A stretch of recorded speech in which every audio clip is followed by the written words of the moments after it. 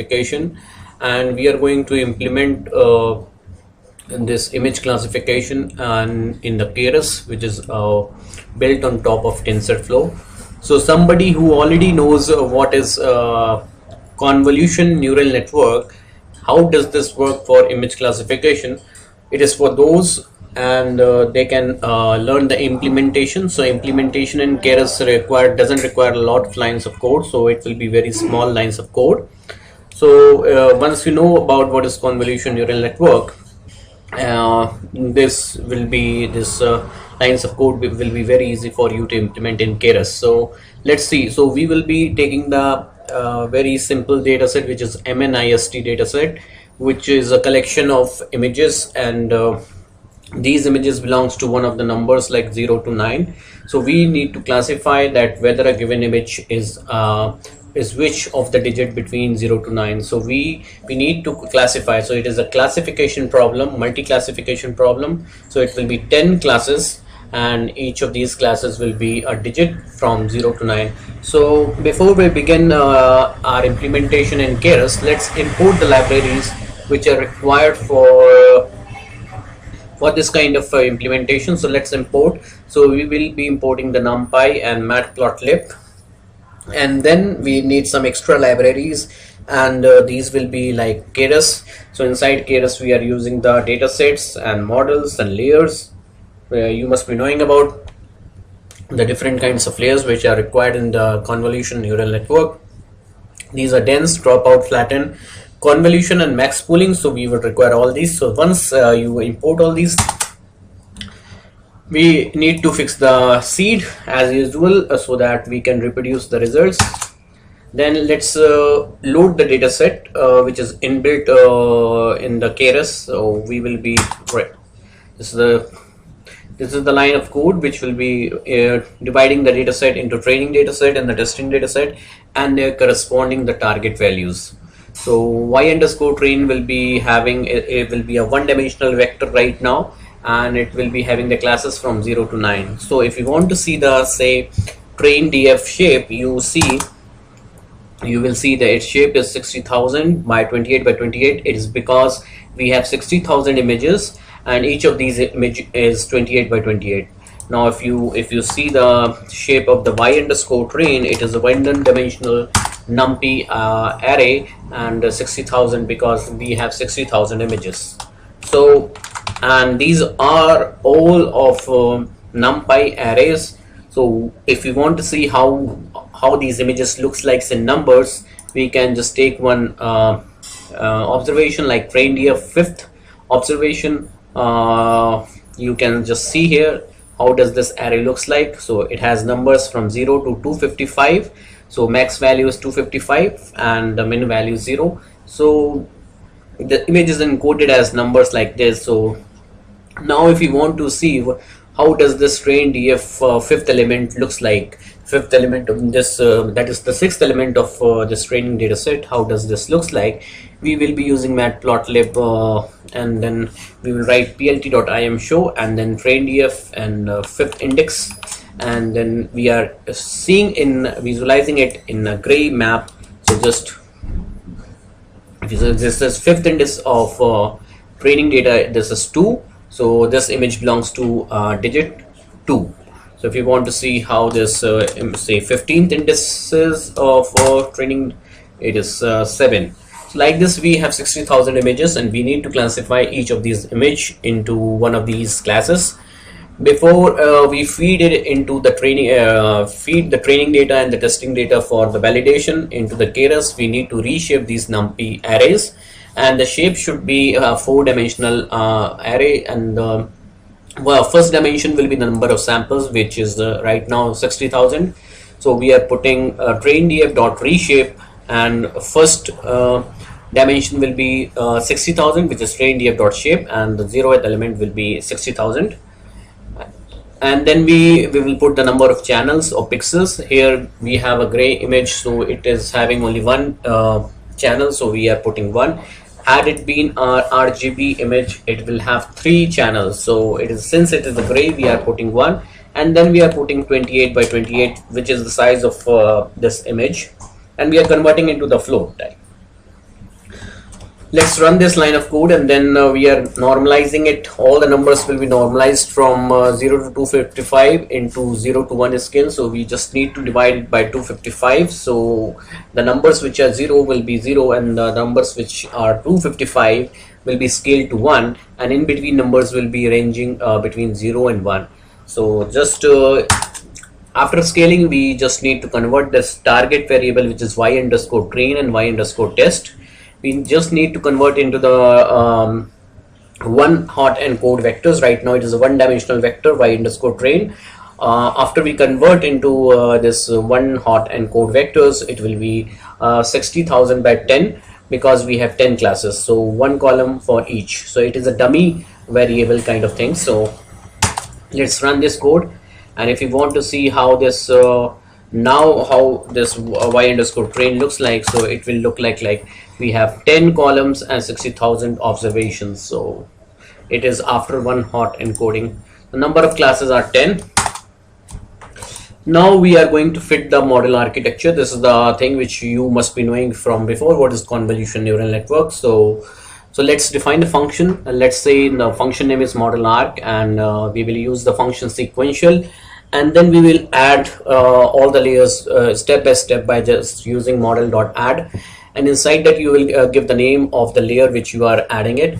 So starting from the sequential, and then add each of these layers. The first layer is convolution 2D layer, where we are using the 30 feature maps, and each of these feature maps will be 4 by 4 filter size, and the input shape to this convolution layer will be 1 by 28 by 28, because 1 is the pixel size, that is the number of channels. And so this is the shape of one of the images, and the activation is ReLU. After this convolution, we do the max pooling, and the pool size filter will be 2 by 2, and then again convolution, you use 10 feature maps, and you can change the filter size by 2 by 2, or you can do the experimentation with this convolution 2D. You can, instead of 30 you can put 60, or instead of 4 by 4 you can put 3 by 3, and same way you can change the pool size as well. So after convolution 2D, you did the max pooling 2D, then again you did the convolution 2D, but with different number of feature maps and with different number of different filter size.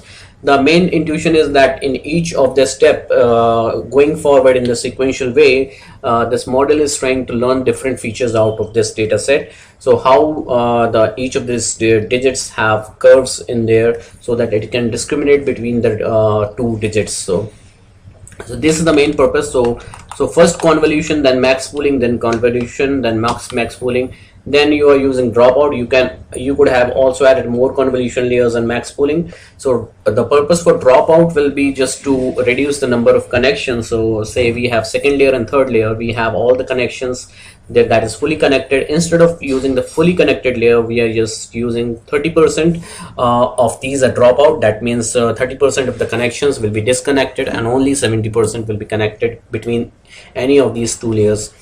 So since till this dropout, we have an image in the form of 2D, and then after that we need to convert into the 1D vector. So we can use the flatten function.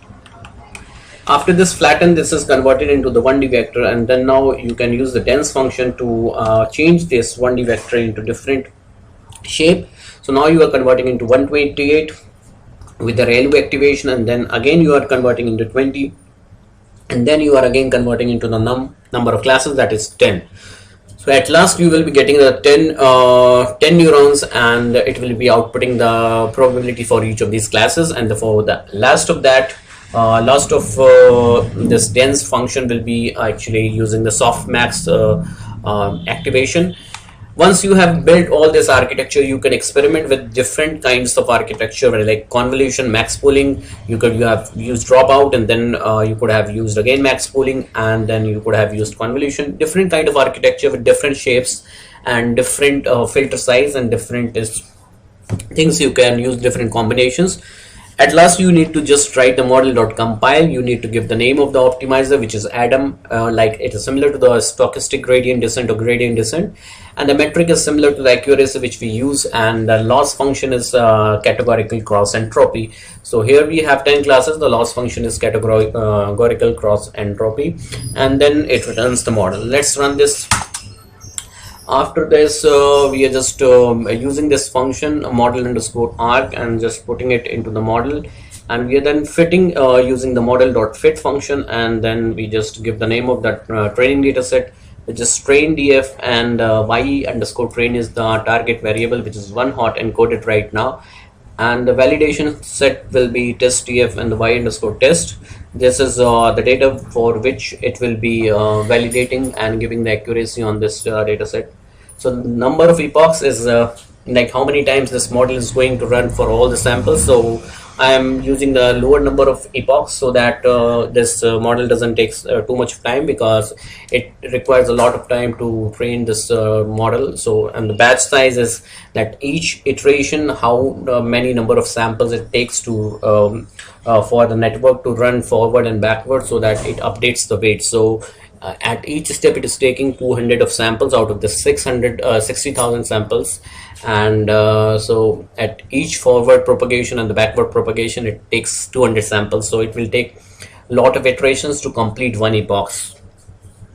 So once you have fitted this model, I have already fitted because it takes a lot of time. So if you run this thing, at last after some time it will say maybe 15 or 20 minutes. I have a 16 GB of RAM, so it takes around 20-25 minutes. So if you run this line of code, you see the evaluation of this model into the testing data and the y-test.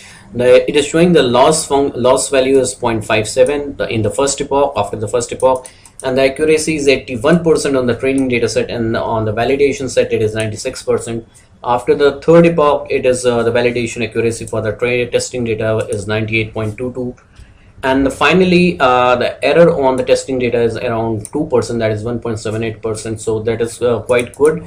If you want to change or want to increase the accuracy or just decrease this error, you can just increase the number of epochs and experiment with this batch size, and you can just change experiments with the convolution parameters and the max pooling and this dropout ratio, and you can just change the architecture and see that what epochs are the best for this kind of problem. So for this demo purpose, it is quite sufficient to see that this kind of model is working quite good on this. So let's see what is the summary of this function, this model, and if you click on this, you will get something like this, which is showing the layer by layer what layers we have used. The first layer is like 30 feature maps, 25 by 25. This is the filter set. After the convolution, the first convolution layer, like there are 510 parameters. These are the connections between the two neurons, between the neurons of the two layers, and then you are using max pooling, and there you are using 10 feature set, and that is the shape actually. The feature, the filter size which you are using is 12 by 12. Here you might be knowing that you are putting 2 by 2. So after 2 by 2, the output is like 30. 12 by 12 is the output shape. So image is being manipulated by max pooling, and then it converts us. So 30 remains the same in after the max pooling, but this 25 reduces to 12, and this 25 reduces to 12. So it's like reducing the shape of the reducing the size of the image, 2D image. Again, you do the convolution, and then you are doing the convolution, and the output of after this convolution will be this 10, 11, 11. So it is again reduced, and then again max pooling. So you keep on reducing, and then you use the dropout, and then you flatten. So after the flattening, you get the shape of 250, and you then use the dense layer to convert from 250 to 128 one-dimensional vector. So 250 is also one-dimensional vector, and this is also one-dimensional.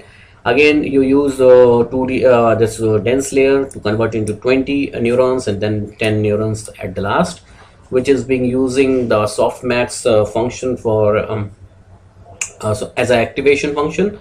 Here you get the total parameters, that is around 36,638 parameters. These are the weights of the neural network, which convolution neural network, which is which this model is trying to learn, and the total parameters are like 36,000. That's why it takes a lot of time. So you could increase the number of epochs, batch size, you can change the architecture, you can do a lot of things. So I think this is quite good. Error, which is means error is quite less and the accuracy is quite good. I will discuss about convolution neural network with TensorFlow, and I assume that you must be knowing about the MNIST dataset, and you know how to perform convolution neural network basics. So first of all, for the TensorFlow, we would require the dataset which is already in the TensorFlow, and we will import that dataset, and the code will be very simple and straightforward, which requires writing some functions, which is like writing about the model architecture, and you would like to write the weights and the biases in TensorFlow. So it will be very simple, and let's see how we will perform this convolution neural network with a basic MNIST dataset in so let's first import this libraries, and like numpy, matplotlib, TensorFlow, and from the TensorFlow and .examples tutorials MNIST, you import the input data, where you do not need to download from anywhere. And after importing these libraries, you can just read the data, load the data from this directory, and you will write one hot is equal to true, because you would like to have the labels in one hot encoded format. So as we know that MNIST is the image data, where we have the images in the form of pixels, which is 28 by 28 size pixels, and each of these images belongs to one of these labels, which is 0 to 9. So we have which is a multi classification problem, so we have 0 to 9 labels. So after we have loaded this data in which is in the DF, now we know that there are 28 by 28 pixel size images. So 28 by 28 makes it 784. So the number of inputs which we fed into this network will be 784, which is the starting point of this convolution neural network. And the number of classes, which is the final output, is 10, because we have 10 labels. So these two important things, because 28 by 28 is equal to 784, and dropout is being used for removing some of the connections randomly in the while the model is being trained. And this is just like a type of regularization to avoid overfitting. So in the TensorFlow, we need to first you can say we need to first encode in such format, like that the x and y. So we have the data, and we should have the data in the format of x.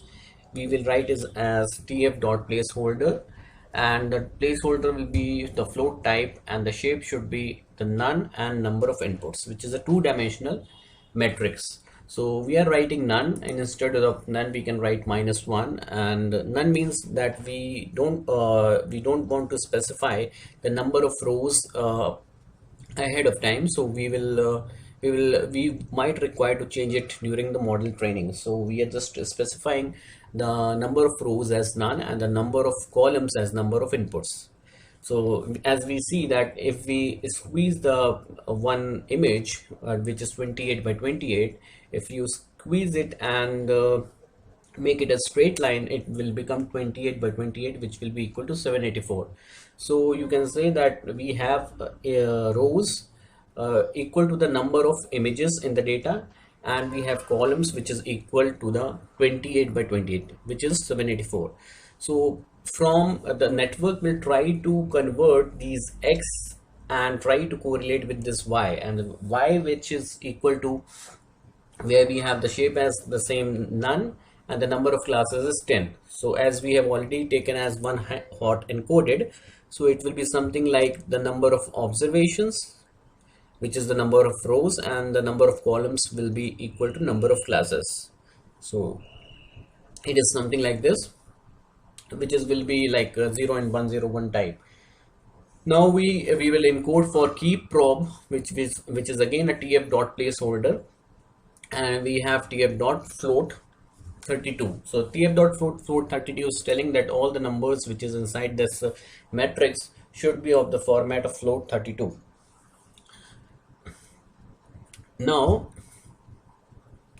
what we are doing is we are taking the neural network training parameters, and as we know that there are a number of images. So say we have for an example, say we have 100 images. So how many images at a time you need to train, that is the batch size. So we are taking here 200.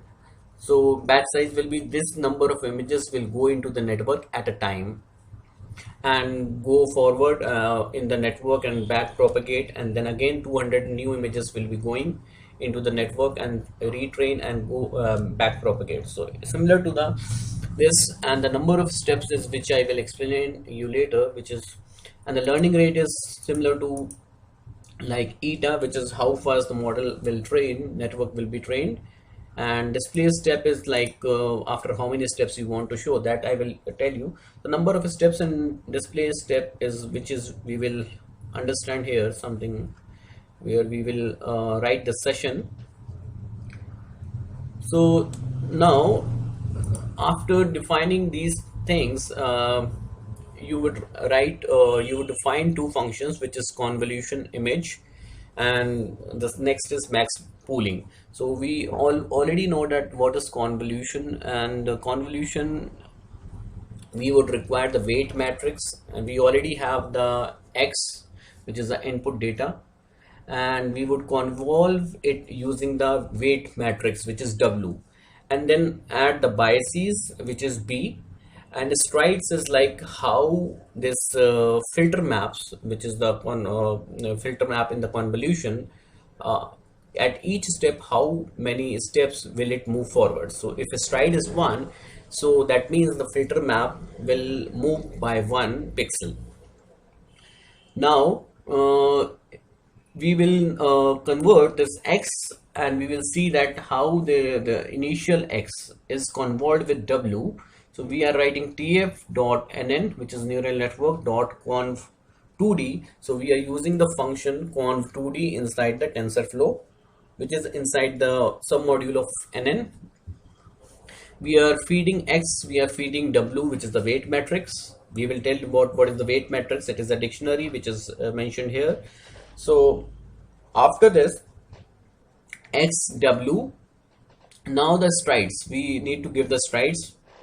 We are giving in a 4-dimensional matrix. So first is 1, and strides comma 1. So strides comma strides, that means the it will move along the image in x and y direction by an amount of 1 unit. So if you choose the strides as 2, so it will move by 2 pixels. Now padding is equal to same, that means we are padding at the edges and the corners, and we are giving the padding as same. Now after this x is converted and it is convolved with w with the strides and padding, it is again converted into x. We just converted x into x, and then we are adding the bias, which is b. So after this convolution, we are adding bias, which is b, to x. So we are writing tf.nn.bias add x comma b. So it is now x has been converted into x by using the conv2d function, and then it is again converted into x by using the bias add function. So now final output is tf.nn.relu, which is an activation function, and this activation function is basically used to add some kind of non-linearities in the network. So we have other kind of functions like tanh, sigmoid, and similar to that there is it is a ReLU activation function which tries to incorporate some kind of non-linearities. So model learns the non-linearities in the data. So we are just convolving image. So first we used conv2d function, then bias add function, and then the ReLU function. So x being converted into x, then addition of bias and converted into x again, and then x is activated by using this function ReLU. So after this function is going to return this convolved image, bias addition, and this ReLU activation function. So next function is the max pooling layer, which is we know that max pooling, we are given the image, and we are given the filter size. So filter size will be something like k by k. It will be k by k, and we have 4 dimensions, so we are putting 1 and 1 here. So here we have the grayscale image. That's why we don't have the number channels. So the channels is only one. So the number of pixels is like 28 by 28, and it is only one. Had it been red, green, and blue, so we then have the number of channels as 3. But in this case, we have the number of channels as 1. So that's why we have 1 here.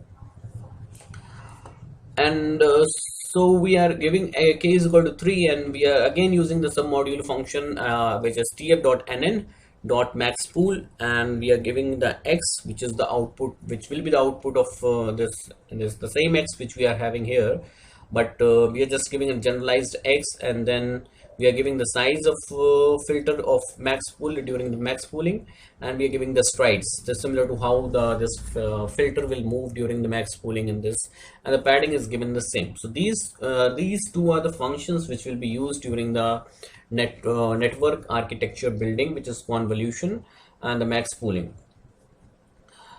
So now since we already have x, we don't know what is w and what is p. So initially we want to initialize with some random values, and so after we fed it into the network, the model will learn what are the best weights and biases after the optimization of the cost function. So first let's initialize this weight matrix, which will be a dictionary of we have 4 layers here hidden. So first for the first one we are having w1, w2, w3, w4. So each of these are the matrices, and we will be encoded into the TensorFlow variable. So tf.variable, we already know the values. So we are random normal distribution. We are choosing tf.random normal for creating this 4-dimensional matrix. So it is saying that 5 by 5 will be the filter size, and then it will output 32 feature maps after the first convolution. And then we have w2, then we have w3, and then we have w4. So first one is being used for creating 32 feature maps after first convolution. Then there is another matrix, which is w2, which is again taking 32 feature maps, and it will convolve and then again create 64 feature maps, and then later on it will be converted. These are, since we are during the convolution, we have 2-dimensional matrices, and we have feature maps, several number of feature maps, but later on we convert this 2-dimensional into a just 1-dimensional vector by just multiplying by the number of rows and number of columns in the images. So at the third stage we are converting into dense. That will be, we are creating something around 7,764, and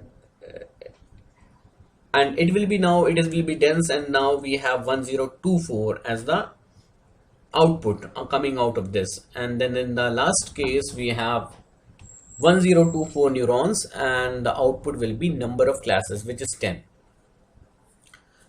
Similarly, we have biases. So biases will be added, which is random normally distributed, and it is again encoded with the variable tf.variable and tf.random normal. So we have 32 values, and we are just adding to these during the convolution, which we have fed into this convolution image function. So we know w, we know b, and we know x. We will be feeding this all during the session when the model is being trained. So let's first create the model architecture, how this neural convolution neural network will be looking like. So initially what we are doing is we are writing a function which is for the model architecture. Let's name it something like model underscore con. We are feeding the 2-dimensional matrix, which is x, which we have encoded here, which is the number of rows as none, which will be equal to the number of images we have in the data, and the number of inputs is 784, which is 28 by 28. So it is two-dimensional matrix right now. But as we see that the weight metrics are being converted into four-dimensional matrix for the ease, because we do not have only one image, one feature maps. We will be having lot of feature maps, so that will require a lot of maps, and those can be incorporated into the four-dimensional matrix. So we are just converting this x into tf dot reshape x, which is initially fed, which is the two-dimensional matrix, and we will convert into a shape which is -1. -1 is written because we don't know the number of images which we will be feeding into the session, but you can say it is the number of rows. It is not equal, but we can say just we don't know, that's why we are just feeding at -1. Now we have the images of the size 28 by 28, that's why it is like this. So, and then we have this one for the number of channels. So this is the size of the image 28 by 28, and this is for the number of channels. So here we don't have the colored image, which is red, green and blue channels. So that's why if had it been a red, green, blue channels, we would be putting here as 3, but it is a simple gray image, so it is something like this. So now since we have converted x into a four-dimensional TensorFlow variable, and now what we are going to do is we are going to start the convolution, and we are going to start creating layers of. So first layer is this, second layer convolving and pooling again, then third is fully connected layer, and the final is the output. So what we are doing in the first one is convolution underscore image, which is this function which is used for convolution. What is it requires? It requires the image data, which is we are feeding it. Initially it was two-dimensional, but we reshaped into four-dimensional matrix. We are feeding that. Then we need to give weights and we need to give biases. Since weight is a dictionary of weights in each of these layers. So first one, W1, is for the first layer of the convolution neural network. So we are just accessing this first weight matrix by just putting the key value, which is W1, which is shown here. So we are accessing the W1 of W, so which is the first weight matrix for the first convolution. And then similarly we are accessing the first bias matrix, which is again B1, and we are putting the strides as 1. So after this convolution, we have given the x, we have given B a W, we have given bias strides, everything is given. It is converted into it is convolved, and then it returns the C1, which is showing, which is the result of here. Once the C1 is returned, we are doing the max pooling, and we are telling the size of the filter, which is k is equal to 2 by 2 size. And we are again we are doing the max pooling for the same C1, and it is converting into C1. So first convolution and max pooling C1, then second convolution max pooling. For the second convolution, we are putting W2 and B2 because we are accessing the second weight matrix and second bias matrix, something like. So convolution, so first convolution layer, second convolution layer. So it is like first image input data, which is four-dimensional. It was two-dimensional, converted into four-dimensional.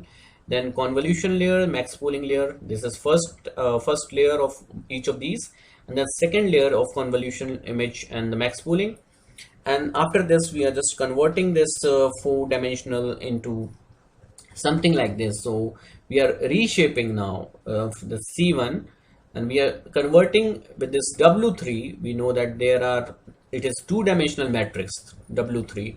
So we want to convert into W3 get shape and convert into list and take the 0.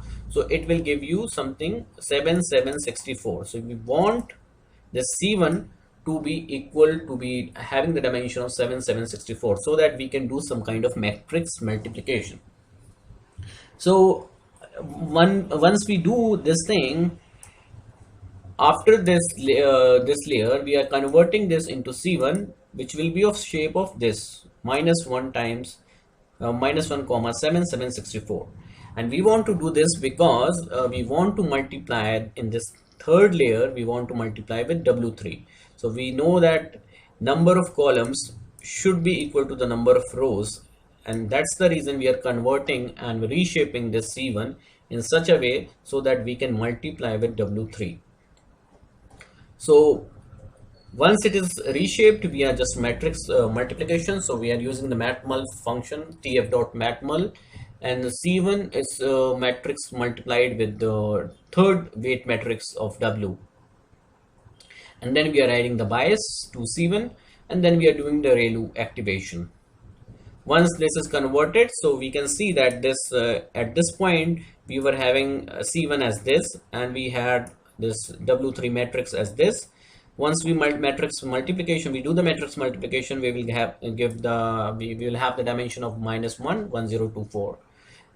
So once we have these dimensions, we would like to convert into the number of columns as 10, because the final aim is to get reach to the number of columns as 10, because we have 10 labels. So now we are using the dropouts just to avoid the regularization. So tf.nn.dropout, which is dropout is given here. We have already given here this.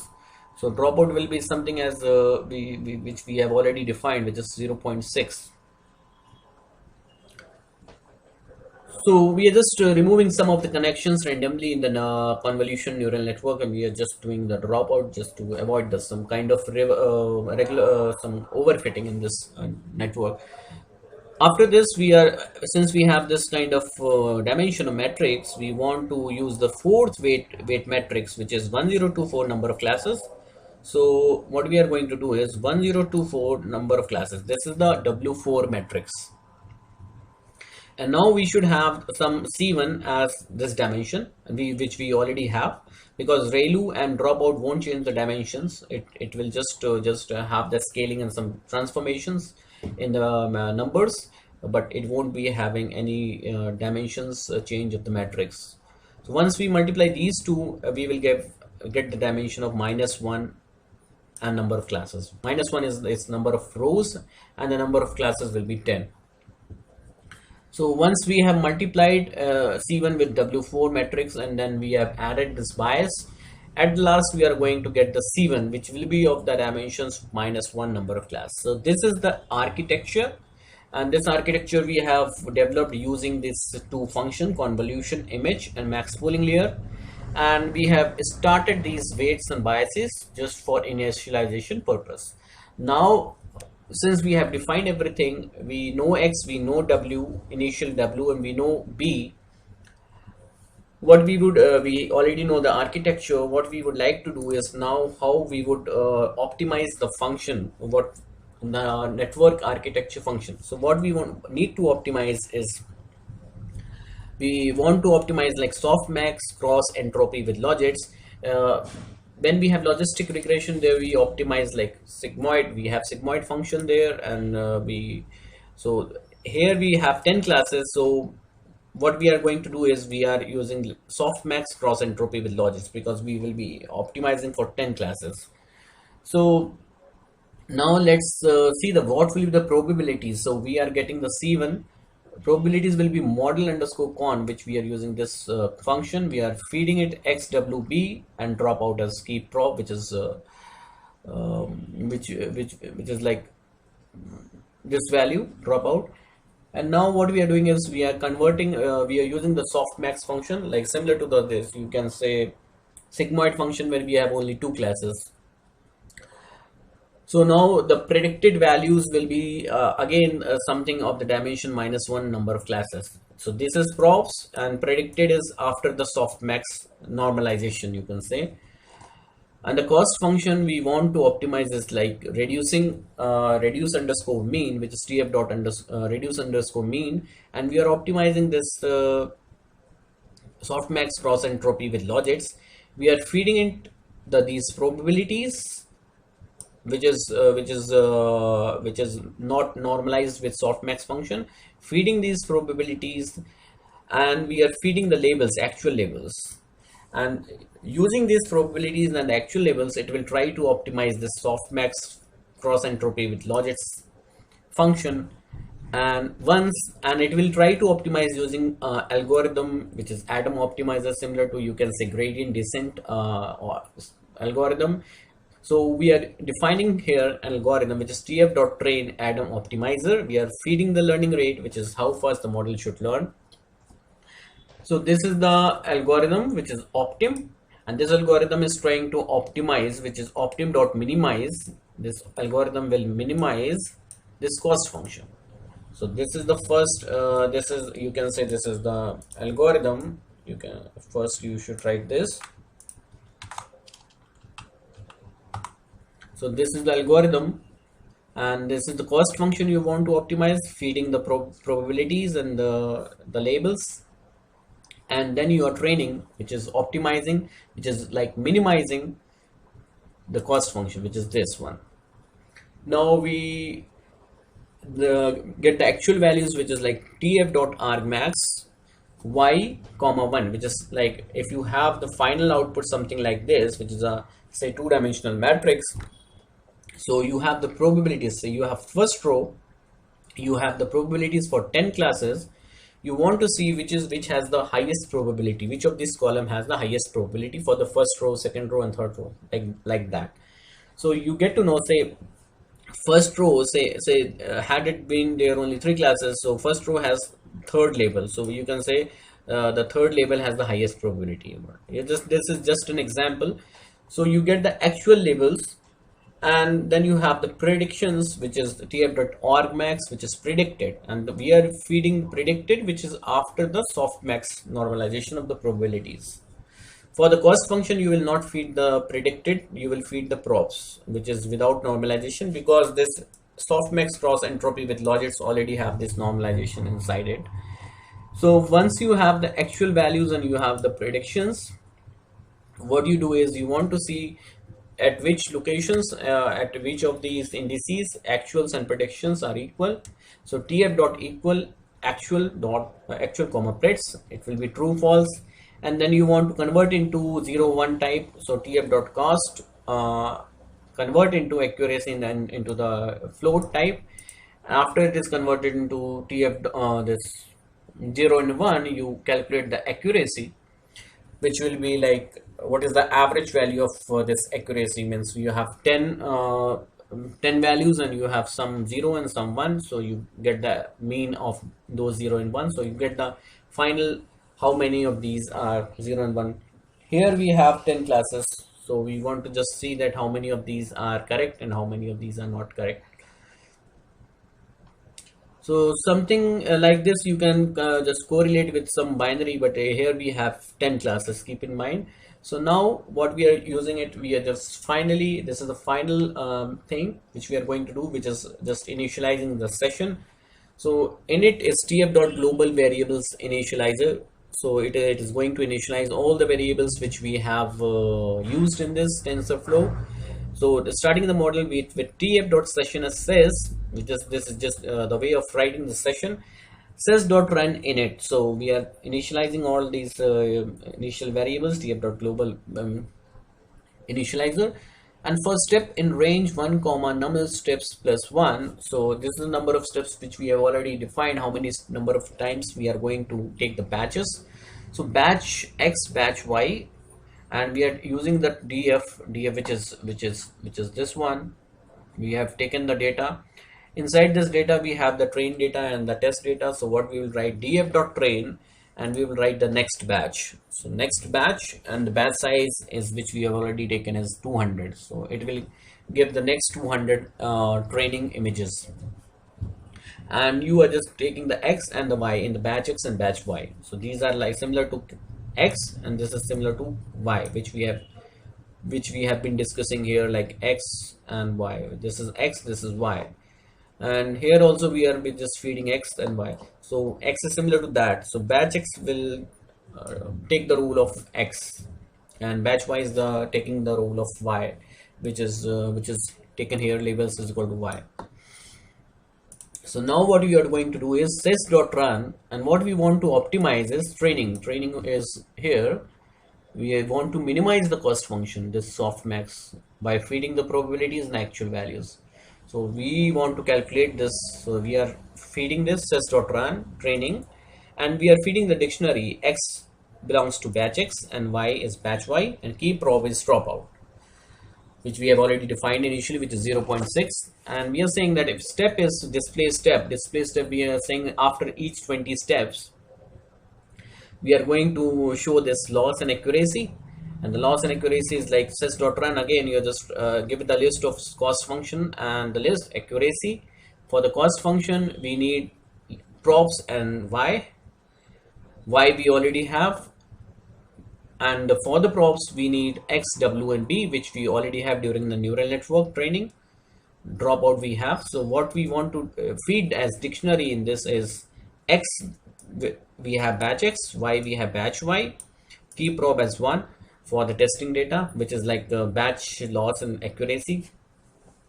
So now what we have just taken first batch, second batch, third batch, and like this we are just going to take the batches, and we are just calculating the batch loss and accuracy, and we want to see how the loss is being decreasing and how the accuracy is increasing. We just need to feed the dictionary of x, y, and prob. By this we can just calculate the cost function and probabilities and accuracy, because all those are dependent on only batch x and y. So once we have written this, at the final stage we would just want to see how this model is going to calculate for the test images. So we just calculate the sys.run accuracy and feed the dictionary, and the dictionary will be the same. Now x we are feeding df.test.images instead of df.train.images. This is, we are feeding df.train.next batch. We are here now feeding df.test.images. We are just taking the first 256 images, and we want to see how well this model is performing on the testing data. So if you see that after just 400 steps, the loss is decreased from this value, which is 85,000, to 800. So it has decreased a lot, and the accuracy for the training data is quite a lot. I mean, initially it was just 0.1, and now we have around 0.9, which is like initially. Now we have 93%. Initially it was just 15%, and now we have 93% after this many steps. So you can just try to tune the batch size on the and see that how this can change. But this is just an overview of how you can just try to, and you can choose the dropout parameter as well, how you can perform the. You can also change the architecture of this. You can increase the number of layers, you can increase the number of pooling layers, you can use the dropout, and all these things which you can change to modify and optimize the architecture. So finally the testing accuracy is 0.95, so which is quite good, and this is which I have already run, so you can see, but it might take around 20 to 30 minutes if your RAM is around 8 GB. So I think you have got an idea of how you would perform. I will discuss about neural networks autoencoders. So we will be taking an example of MNIST data set, and we will try to see how we can implement autoencoders in TensorFlow. So let's see an example of this simple neural network autoencoders.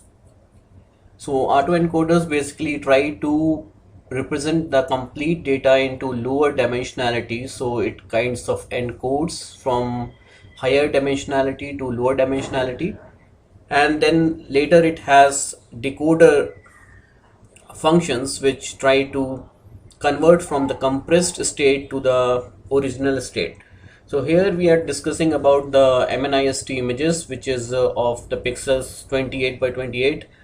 So since we are using a simple neural network encoder decoder scheme, it will be like we are squeezing the complete image into 28 by 28. So it will be 784 pixels and you can just say that each image is squeezed into the form of dimensions having 1 by 784. So instead of feeding the 2D image, we are feeding the 1D vector into the neural network, so it will be 784 dimensions. So in terms of machine learning, we are actually we can think of each of the image as a single row having 784 columns. So basically autoencoder will what it will do is that it will try to encode each of the image, that is 784 pixels. It will try to convert into lower dimensionality, let's say 128 dimensions, and then it will try to decode it into the original state, which is 784. Basically the aim of using this autoencoder is to compress the data into lower dimensionality, so that we can use in other machine learning techniques also to encode the higher dimensionality into the lower dimensionality. There can be a number of use cases based on the actual data which we have. Here we are taking an example of images, so we can use this compressed state in different kinds of machine learning and deep learning stuff. So basically the aim of this tutorial will be to encode and decode using autoencoders. So first, let's say we have an image of 28 by 28, so we will be having 784 dimensions. Using this encoder decoder scheme, we will convert this 784 to 256 dimensions and then into 128 dimensions. So this 128 dimensions will be known as the compressed state, so where we are trying to compress it, each of the image of the dimension 784 into the 128 dimensions. So once it is encoded into 128, that means each of the image will be encoded into 128 dimensions, and once it is encoded into 128 dimensions, it will be decoded into the 784 dimensions. So basically we will try to see how accurate this compressed state will be. This state is also known as latent state or the compressed state. So now let's see the matrix multiplication which happens in basic neural network is like say we have a matrix of x by y dimension, that is number of rows being x and number of columns being y.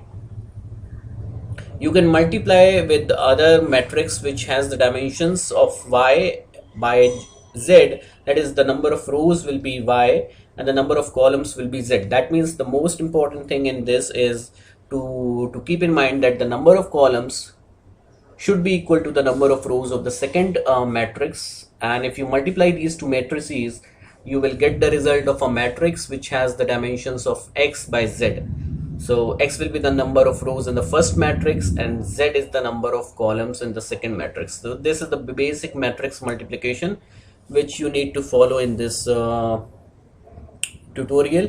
So what we will do now is we have the images and say we are feeding, we won't be feeding all the training images at in a one go. We will be feeding a certain number of images, say 200 or 256 or something like that. That is known as the batch size for the training. So let's say we are feeding this batch size of something, let's say 256, and let's say the number of inputs. So we have already compressed the image into 28 by 28, that is 784. So the feeding dimension of to this neural network in TensorFlow will be batch size by number of inputs. So batch size will be whatever we are feeding it in the TensorFlow. That it can be 200 or it can be 300 depending on your choice. And then the number of units inputs will be 784, as we have compressed it into 28 by 28, so it will be 28 by 28 is 784. Now what we are doing is using the neural network encoder scheme. What we will try to do is convert this matrix into using the another weight matrix, which is using the another weight matrix which is the number of inputs and number of hidden layer H1. So it is like weight matrix W1, which will be of the dimension number of inputs, and the number of columns will be number of num underscore H1. Now we are using this weight matrix W1. So this is second one is W1, and the third one is W2, and fourth one is W3, and the first one is the inputs dimension. So that is the batch size comma the number of inputs, which is 784. So now we are actually going to use the matrix multiplication. Basic understanding is we have the input of batch size by number of inputs. So the weights of they should have dimensionality such that the number of rows in it should be the number of columns in the input. So since the number of columns in the input matrix is num underscore inputs, so number of rows should be num underscore inputs. So this is the weight matrix, first weight matrix. Now the second weight matrix is num underscore H1, because in the first weight matrix we have number of columns as num underscore H1. So you just have to focus on the second element of the matrix and the first element of the first dimension of the matrix. So if you see the second and third, so num underscore H1 should be equal to num underscore H1 here, and if you see third and fourth, so num underscore H2 should be equal to num underscore H2, and if you see fourth and fifth, you see num underscore H1 should be equal to num underscore H1. So this is very important to understand how we convert the dimensionality of the matrices till we reach at the point where we want to. And so if you see, so num underscore inputs are 784, then you convert into num underscore H1, that is 256, and then you convert into 128, which is num underscore H2, and then you again convert into num underscore H1, which is 256, and then you convert to num underscore inputs, which is 784. So it's like going from the input, using the encoder and converting into the compressed state, which is num underscore H1, num underscore H2. And then you are actually finally achieving the same image in the form of 784 pixels or rows. So it's like this: 784 converted into 256, converted into 128, and then again decoded to 256 and 784. So let's go to the coding section of this tutorial. So this is the GitHub profile of my so you can just see Arpan G87, and there you see the autoencoder with TensorFlow. Now what we are doing in this is we are just importing the libraries which are required for the TensorFlow and numpy for this matrix and multiplication, and this we will be also using this matplotlib for plotting the images and the TensorFlow examples. So we are reading the data from the TensorFlow, which is already available in this. Once you have read the data, you see the num underscore inputs, which I have already explained, is 784, because we are squeezing the image into 28 by 28. Now num underscore H1 is 256, which you are compressing into from 784, you are compressing into 256, and then you are compressing into 128, and then again 256, and then 784. This is how you are trying to do the squeezing of the data. So we are actually we are just having the actual data, which will be fed as x with the tf.placeholder float, and the shape is like the none is given for the batch size, which we don't know, which we will be defining during the session training, and num underscore inputs is 784. So we are not feeding the image as a 2D image, we are feeding the each of the image as 784 784 dimensions. So each of the image will be 1 by 784. So if you have batch size or you have 10 images, so it will be 10 by 784 matrix. So if you have 100 images, it will be 100 by 784 data size. So you are just having your you are encoding as tf.placeholder, and you are, or in TensorFlow you have to use the placeholder for encoding so that you can use it further. Now you have the batch size, which is the number of images which you want to use to train the model for in a single go, and you will be using the number of steps like 40,000 for the training, and the learning rate is the for the like the we have some algorithm for which we train, so how fast it should train, that is the learning rate. And the display step is after how many steps do you want to display the, what is the cost function, and what is the accuracy of the model, so that we can just keep track of how our model is going on. So basically, which I have already explained you, that we have two kinds of things in autoencoder. One is encoder and the other is decoder. Encoder is trying to convert the 784 into a compressed state, which is the compressed state, and then compressed state will be again converted into this decoder. So this is like the scheme of encoder decoder, and this is very simple. I have already explained how you do the matrix multiplication. You are using that tensor matrix multiplication using the TensorFlow, so you will be just tf.matmul, and if you want to add two things, you will be using the tf.add. And then if you want to do the sigmoid function, just use the submodule of nn inside the tf, which is tf.nn.sigmoid. So what you are doing is you're feeding the images as x, and then you're multiplying by w, and then adding the bias b1. Once you have done this, which is wx plus b, you are just converting, you are using the sigmoid function so that you can again convert into another dimensionality. So once you have L1, you use the matrix multiplication x and w1, which will be wx1, then you add b1, which is wx1 plus b, then you use the sigmoid function. After that, what you are doing is you take this input again and then convert with the another weight matrix, which is w2, add the bias, and then sigmoid function. So only thing which you need to keep in mind is the weight matrix dimensionality, which I have already explained. So this will be the encoder layer, and this is again the decoder layer, where you use the W3 and B3 and W4 and B4. Now the weight matrix, which I have already explained, is W1, W2, W3, W4, and B1, B2, B3, B4.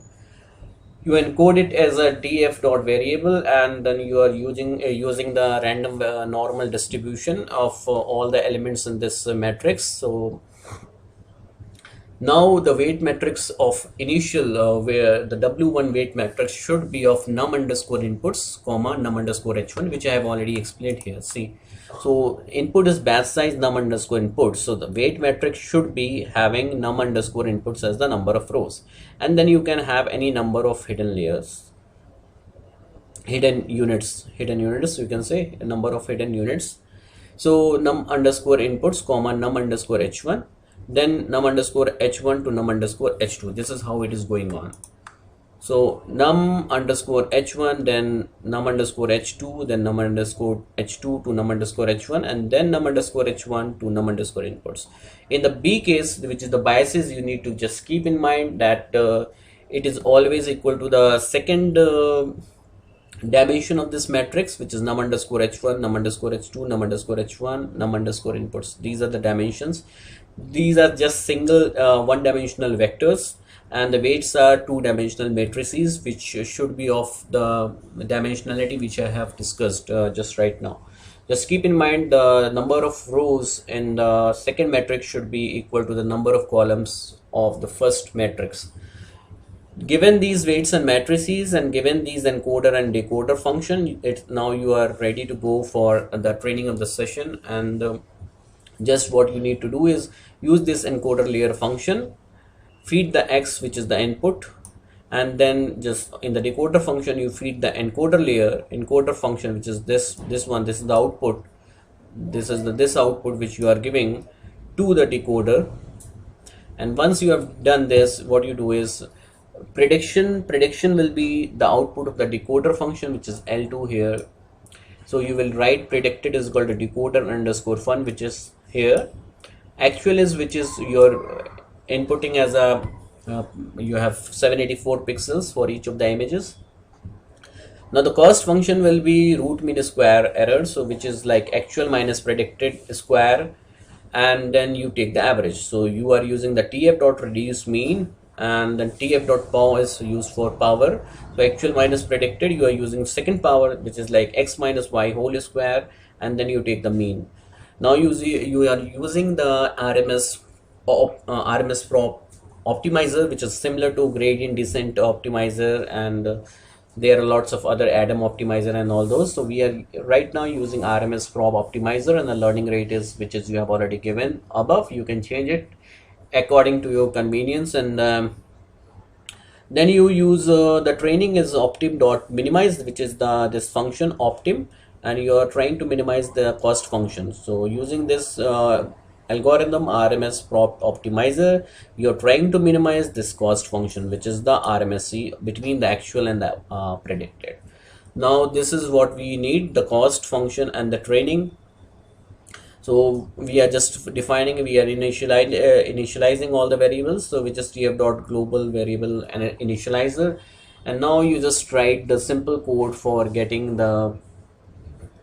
this loss and at each step, and what you get at the end is these are the real images and these are the compressed state images. We can see that this autoencoder has done a very good job in compressing all these images into a state which is like 128 pixels, and 128 pixel, that means 784 has been converted into 128, and still we have very less noise, and we can just use this compressed state for other machine learning approaches or deep learning approaches or other tasks. But what we are doing in this session, just I will go through a little bit, and with tf.session as says.run initializing you are the global variables, and then for each step you're going from 1 to number of steps, which is 40,000. You are taking the batch, and you are not taking the y because you don't need the y. You're just compressing the original image into the compressed state and then decoding. That's why we are not using the batch underscore y. So bdf.train.next batch is batch size, which is batch size is fixed, which is 256. And then you are running the session, which is sys.run training is like this optim.minimize cost function. You're feeding the dictionary, you are feeding only the x because you don't need the y, because you're just compressing x into compressed state and then again into x. So, and this part of code is just to display. If step is divisible by display step or it is 1, you will see the loss is the cost function, which is you have defined here. The loss says.run cost function and training. You're feeding the dictionary, which is x.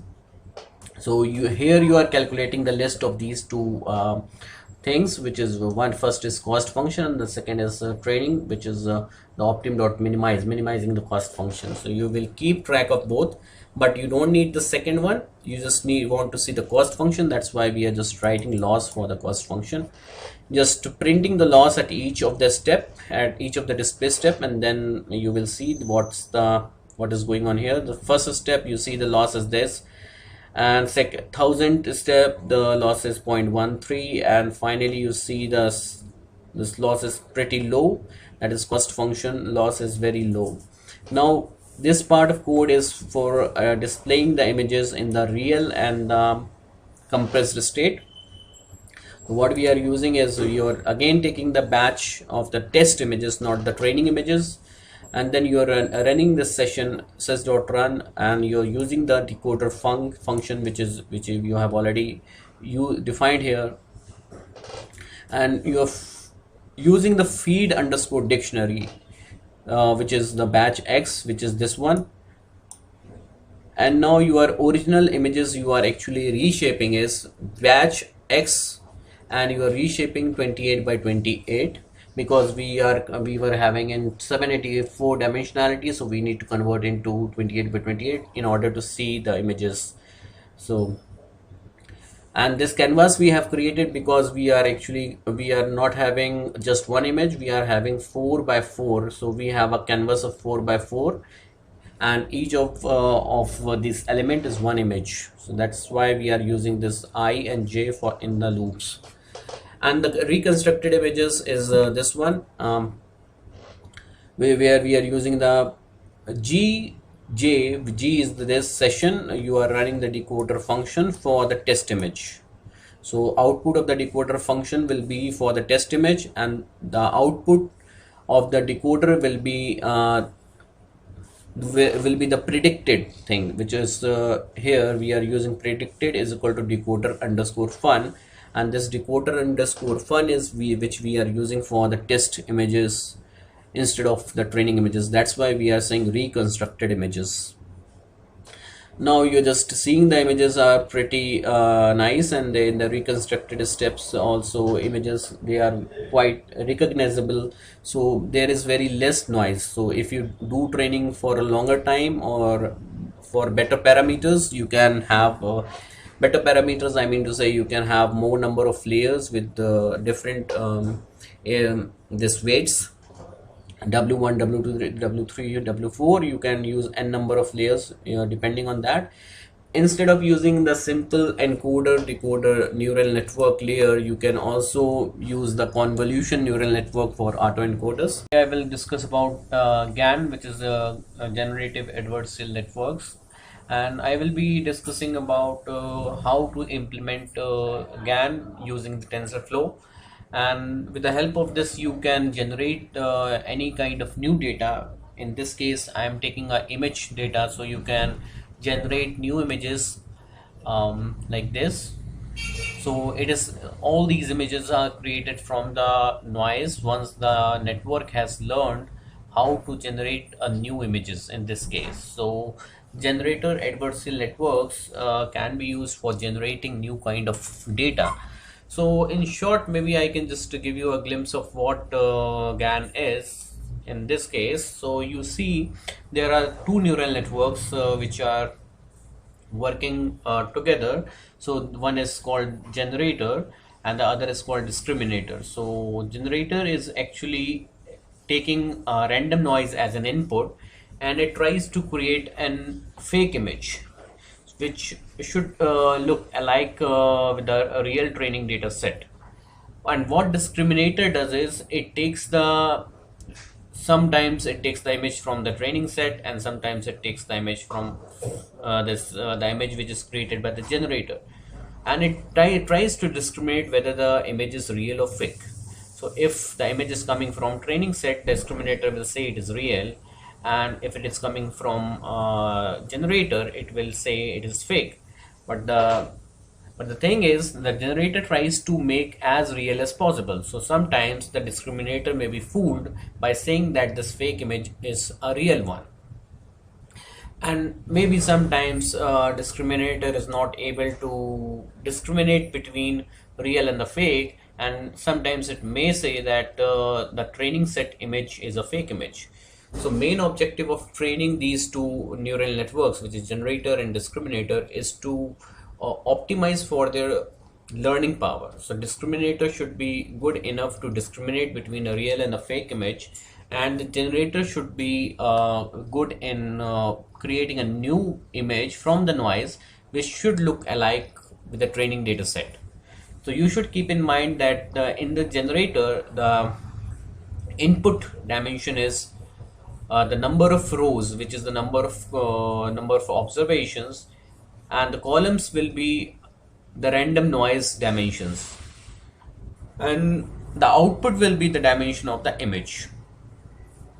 Whereas in the case of discriminator, you see the input is the image dimension, and the output will tell whether it is real or fake, which is a 0-1 probabilities. So it will be one dimensional, it is saying 0 or 1.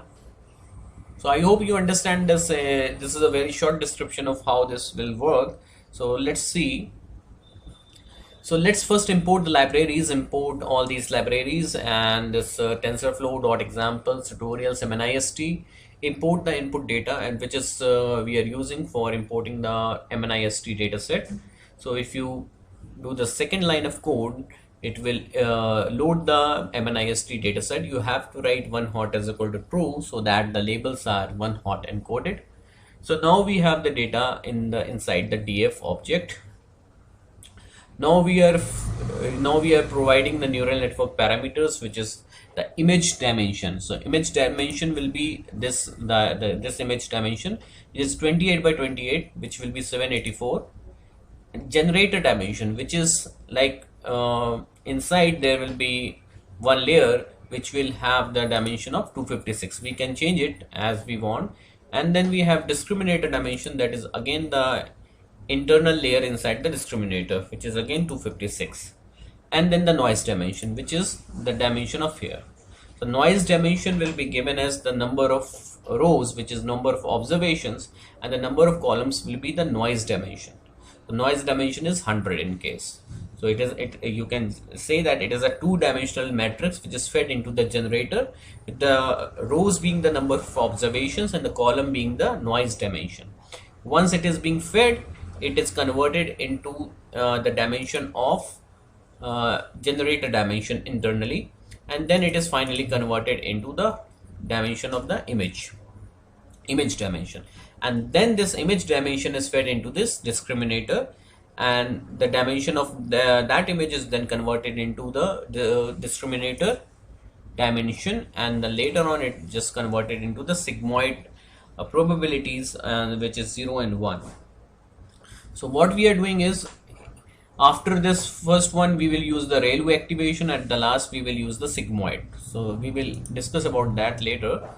Let's first input the data.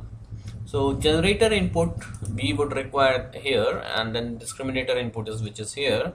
It is a two-dimensional matrix we can see, and then the generator, the input dimension is we don't know the batch size initially, so what we are just writing is the row dimension as none, and the column dimension will be noise dimension, which is given here. And for the discriminator dimension, we know that it will be image dimension. Image dimension we are saying because image dimension is not 28 by 28. It will be 28 by 28, which is 784. So image is squeezed in the form of straight, as you can say straight line. It is not two-dimensional. Now it is a vector format. So it is 28 by 28 when you squeeze it, and it makes 28 by 28 a straight line vector. So it is 784. So you are feeding it into 784 columns, and the number of rows will be number of observations in the batches. So that is again the none. So now we have given the generator input and the discriminator input. We have encoded as placeholders, TensorFlow placeholder, tf.placeholder, and encoded as at float 32, tf.float 32, and the shape is this. Now we are giving the neural network training parameters, which you can change. Of course, batch size we are taking as 128. Number of steps that is used during the session training, I will explain you later. And learning rate is actually the rate by which this algorithm will try to optimize the neural network training. Display step is also, which is we are going to discuss while we are doing the training session. Now let's first define the weights initialization, which we will require, because we see here we are feeding the noise dimension. We will multiply with some weight matrices and add the biases, and then get some again two-dimensional matrix. Then again it will be matrix multiplication will be done with another weight matrix and added the biases, and then again the sigmoid. So something similar we are going to do. So we would require 4 weights and 4 biases, 2 weights for discriminator, 2 weights for generator, and 2 biases for discriminator and 2 biases for generator. So what we are using is we have written this weight function, and this is similar to tf.random normal. Only difference is that we are defining the standard deviation, and the standard deviation should be something of the shape which we are providing, and that should divide by the square root of it. So the weights which we are defining is the weight is W1, W2, W3, W4, and the initial first two weights is the these weights will be used in the generator. So first, as we know that it is the noise dimension, which is the number of rows, which is none, and the number of columns, which is the noise dimension, and that will be multiplied with the W1. So noise dimension, generator dimension, and then generator dimension will be converted into image dimension. So you can see like this. So first we are feeding here we are feeding the matrix with none noise dimension, which is generator input, none and noise dimension. That is then converted into noise dimension to generator dimension, and then generator dimension to image dimension. So something like this which is going to happen. Similarly, for the discriminator, what we are feeding in, we are feeding the images in the format of none and the image dimension, which is 784 28 by 28, and that image dimension is multiplied with the W3, which is image dimension, and then it is converted discriminated dimension, which is the internal encoded format of 256, and then this discriminator dimension is converted into 1, which is 0 or 1, and we will be adding the biases B1, B2 to W1 and W2, and B3, B4 with W3 and W4. So let's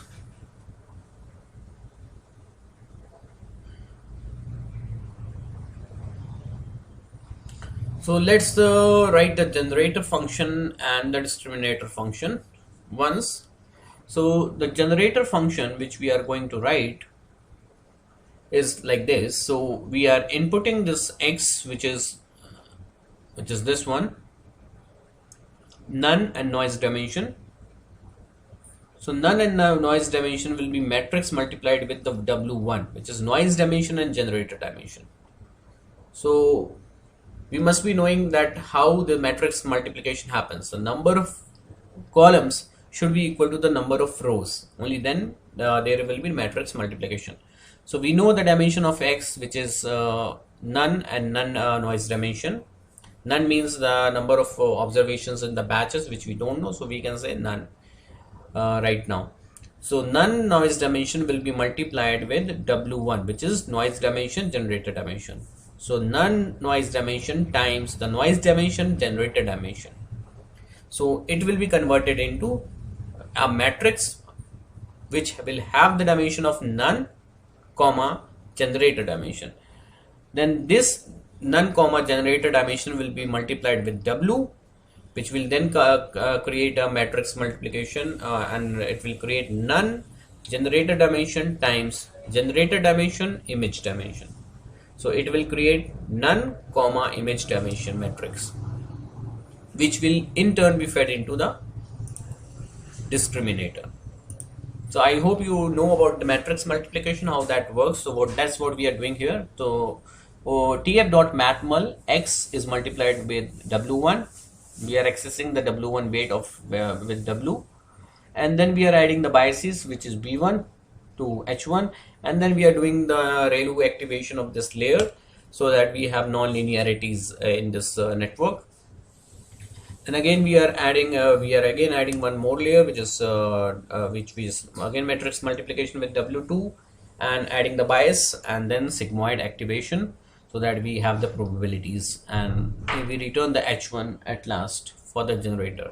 Similarly, we create for the discriminator, we are feeding the x as the none, comma, image dimension, which will be converted into none, comma, image dimension multiplied with W3, which will be none, comma, image dimension times image dimension, comma, discriminator dimension, which will be equal to none, comma, discriminator dimension.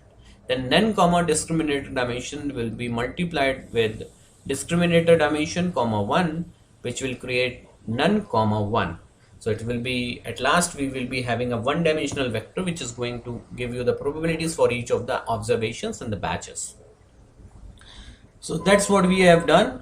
So x multiplied with W3, and then we had added the biases V3. We have done the ReLU activation, And then we have done the matrix multiplication with W4, added the biases, and then did the sigmoid activation. So this is all about the generator network architecture and the discriminator architecture. We can definitely change and by adding more layers or something like that. Now what we are going to discuss about how to optimize this cost function of these two networks. So we have the gen underscore fun as the generator function, disc underscore fun as the discriminator function, and now we are inputting the generator underscore function, gen underscore function. We are inputting the input gen underscore in, which is this one, and we will get the output, which is the generator output. This generator output will be fed into the discriminator function, which will give the discriminator fake out.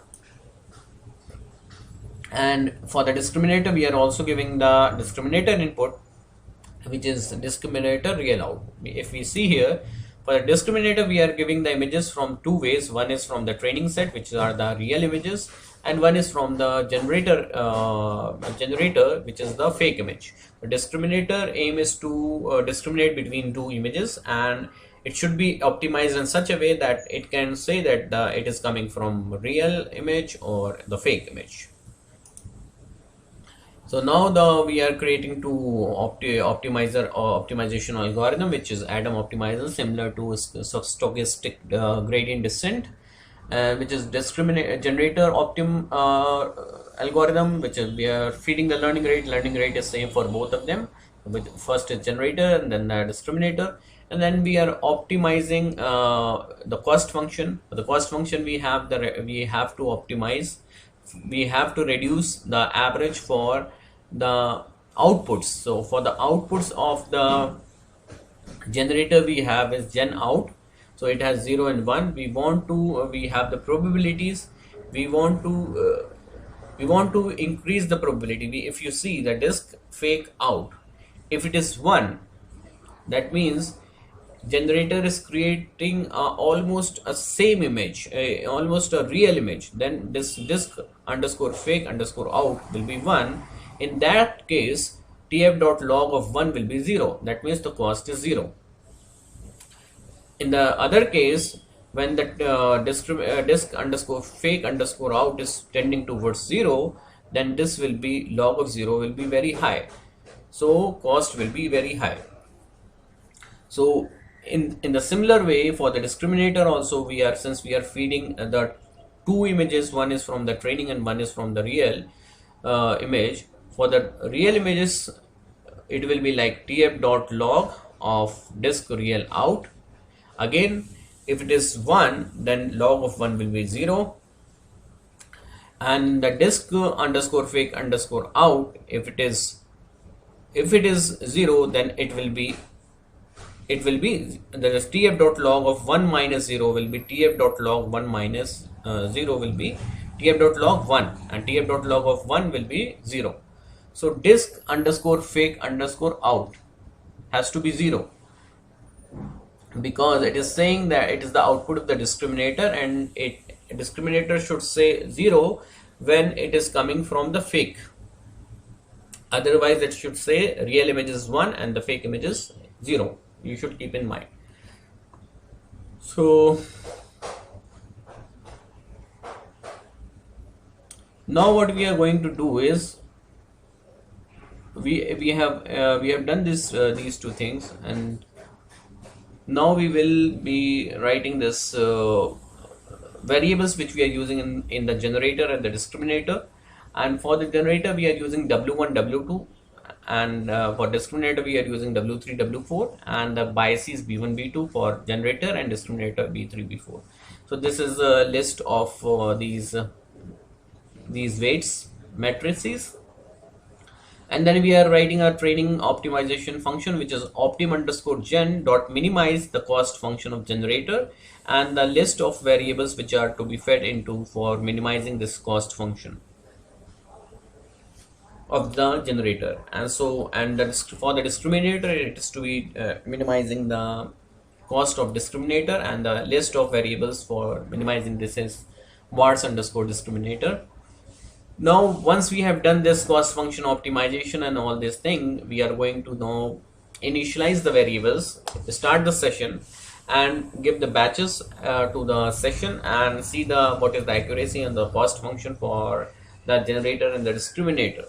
So with tf.session as says ses.run init, we are initializing all the variables for step in range 1 to number of steps. So steps we have already defined there in the starting.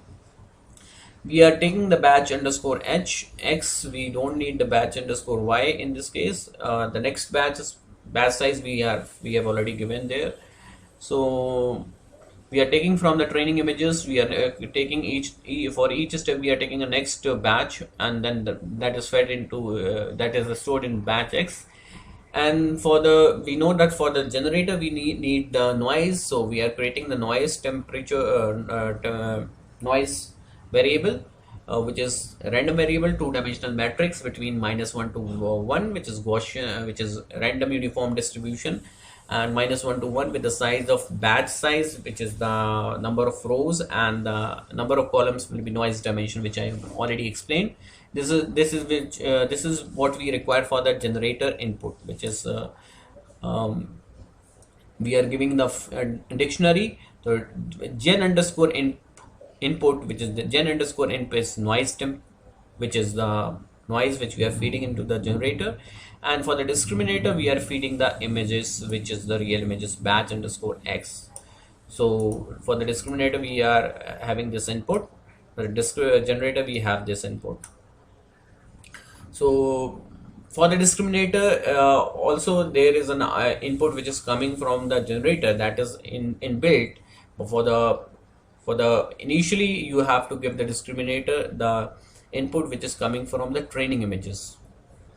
Now you are giving the ses.run training underscore gen, which is the training minimizing this cost function of generator, and training underscore disk is the minimizing the cost function for the discriminator, which you are writing. So all this is the list of all these four objects which you are trying to calculate. So training underscore gen, training underscore disk, cost of generator, and cost of discriminator, and you have fed the this dictionary which is required for calculating all these. First training underscore gen and training underscore disk is not required, but GLN and cost of generator and cost of discriminator is being required. So we will be printing at each of these steps. After each 2000 steps you will see that what is the generator cost coming and how it is reducing, and what is the discriminator. After many iterations, I have chosen 80,000 iterations, you will see that generator will learn about his task. What is his task is to create new images which looks like a real image, and the discriminator objective is to discriminate between the real and the fake image. So they both will learn as the time passes by. That means as the number of iterations goes higher and higher, so it will learn more and more. So for the testing purpose, we have created a canvas, and we have something like this. So 1 2 3 4 5 6 by 6, we have here 36 images, and what we are doing is we are creating a random noise and then feeding into the generator network and feeding this generator input Z, which is random noise, and from this random noise it is actually calculating using G, which is the output of the generator, and we are then reshaping it here in the format of 28 by 28, and it shows all the images in this format. These all images are being created by the generator network. These are not real images. These are the images which are created by the generator network, which generator has learned how to generate new images from the noise. So this is the last part of the testing, and it shows that our generator has learned a lot. So I think this would be clear that how we can perform generator adversarial networks, and you can implement in TensorFlow.